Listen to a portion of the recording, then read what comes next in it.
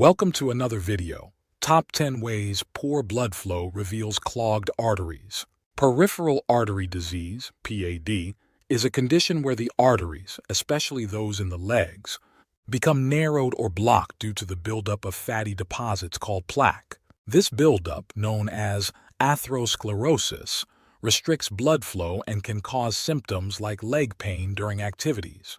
PAD affects 12% to 20% of Americans aged 60 years and older, and nearly 50% of those aged 85 and older. It not only affects mobility and quality of life, but also increases the risk of serious complications, such as heart attack and stroke. When plaque breaks off, it can travel through the bloodstream and cause blockages elsewhere, potentially leading to a heart attack if it reaches the heart, a pulmonary embolism if it reaches the lungs, or a stroke if it reaches the carotid artery. In today's video, we look at 10 signs and symptoms of peripheral artery disease and how we can prevent and reverse this condition naturally. As always, this video is educational and does not constitute medical advice. The symptoms of PAD manifest in a spectrum, from subtle signs to more pronounced physical discomforts. Here are the top 10 signs and symptoms. At number 10, we have cramping after activities like walking or climbing stairs. Cramping in the legs, particularly after activities such as walking or climbing stairs, is a hallmark symptom of PAD. This discomfort, known as intermittent claudication, arises from diminished blood flow to the muscles and typically eases with rest. The next symptom, number 9, is persistent leg numbness or weakness. Persistent numbness or weakness in the legs signals a significant reduction in blood circulation, a concerning symptom of PAD. This condition affects both the sensory and motor functions, leading to a noticeable decline in limb performance. The next symptom is number 8. Lower leg or foot feels colder than the rest. A colder lower leg or foot compared to other parts of the body, or the opposite limb, is indicative of PAD. This symptom is a direct result of decreased blood flow, leading to a reduction in warmth in the affected areas. Our next sign, number 7, is legs appear shiny and smooth. The shiny and smooth appearance of the skin on the legs is characteristic of PAD. This symptom is a manifestation of the skin texture changes due to decreased blood supply and nutrient delivery. Moving on, we have number 6, increased hair loss on feet and legs. One sign of hair loss on the feet is balding toes. While toe hair is more commonly seen in men, women may also have toe hair, though it's usually finer and thinner. Completely bald toes may be a sign of poor blood flow to your feet and toes, which could indicate PAD. The next sign is number 5.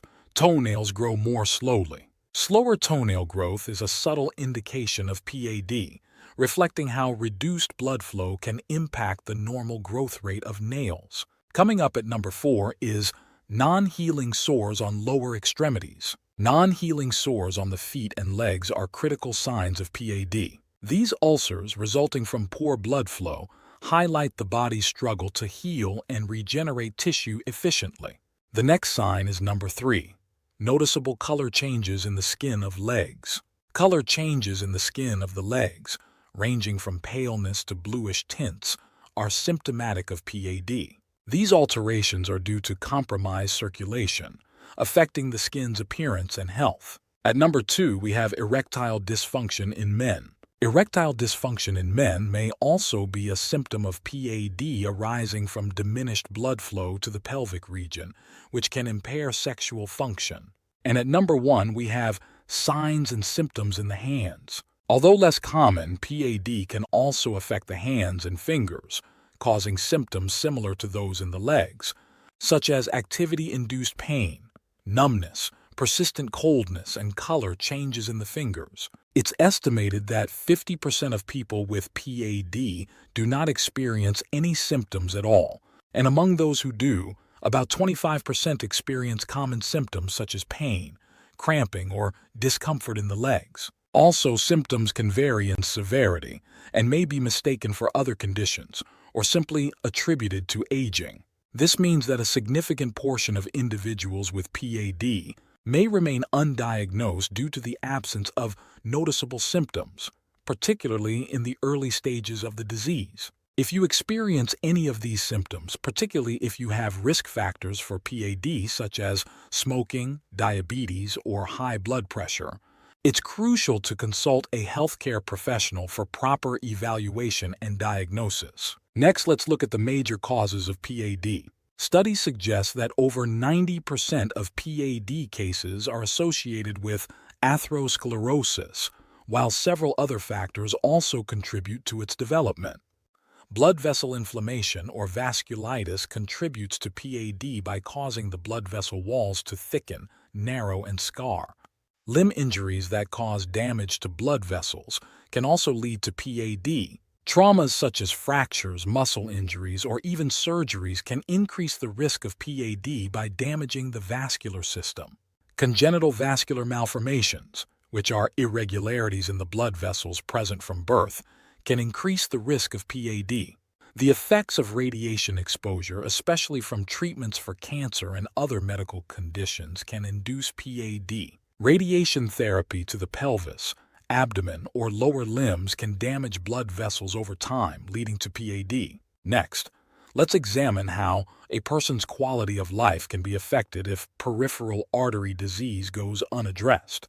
One of the most severe complications is critical limb ischemia, which occurs when blood flow becomes so low that it damages tissues and can lead to tissue death. Signs include severe pain, sores that won't heal, or even gangrene, indicating an urgent need for medical help. If not treated quickly and effectively, the lack of blood flow may require amputation to prevent further health issues. And as mentioned earlier, PAD greatly increases the risk of stroke and heart attack because of atherosclerosis, which is the underlying cause of both PAD and these heart and brain problems. Next, how can we treat and prevent peripheral artery disease? To diagnose PAD, doctors often start with the ankle brachial index (ABI) test, which measures blood pressure in the ankle and arm to detect poor circulation. Additional tests like ultrasounds, CT, or MRI angiography, and blood tests may be used to further assess the severity and identify related conditions. Once diagnosed, treatment typically includes lifestyle changes such as quitting smoking, regular exercise, especially supervised walking programs, and a heart-healthy diet. Medications are typically prescribed for managing high blood pressure, cholesterol, and diabetes, and preventing blood clots. In severe cases, procedures like angioplasty and stenting or surgical bypass may be necessary to improve blood flow.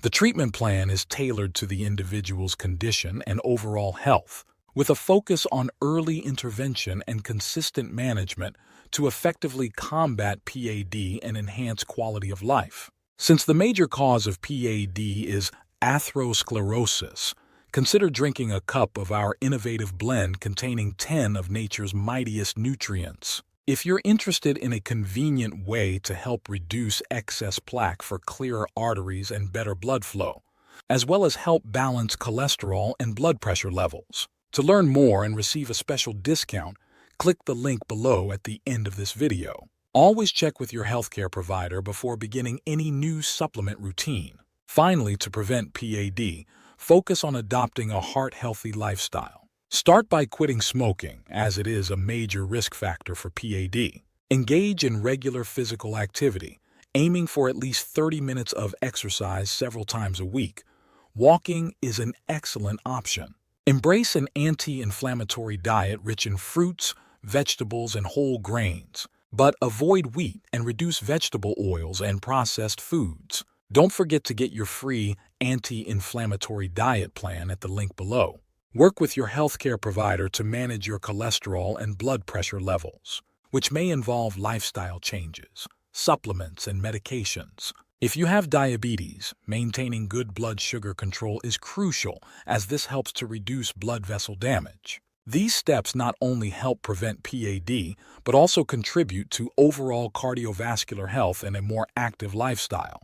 If you enjoyed this video, like, share, and subscribe, and click on notifications so you never miss a video. The next videos to watch are listed below.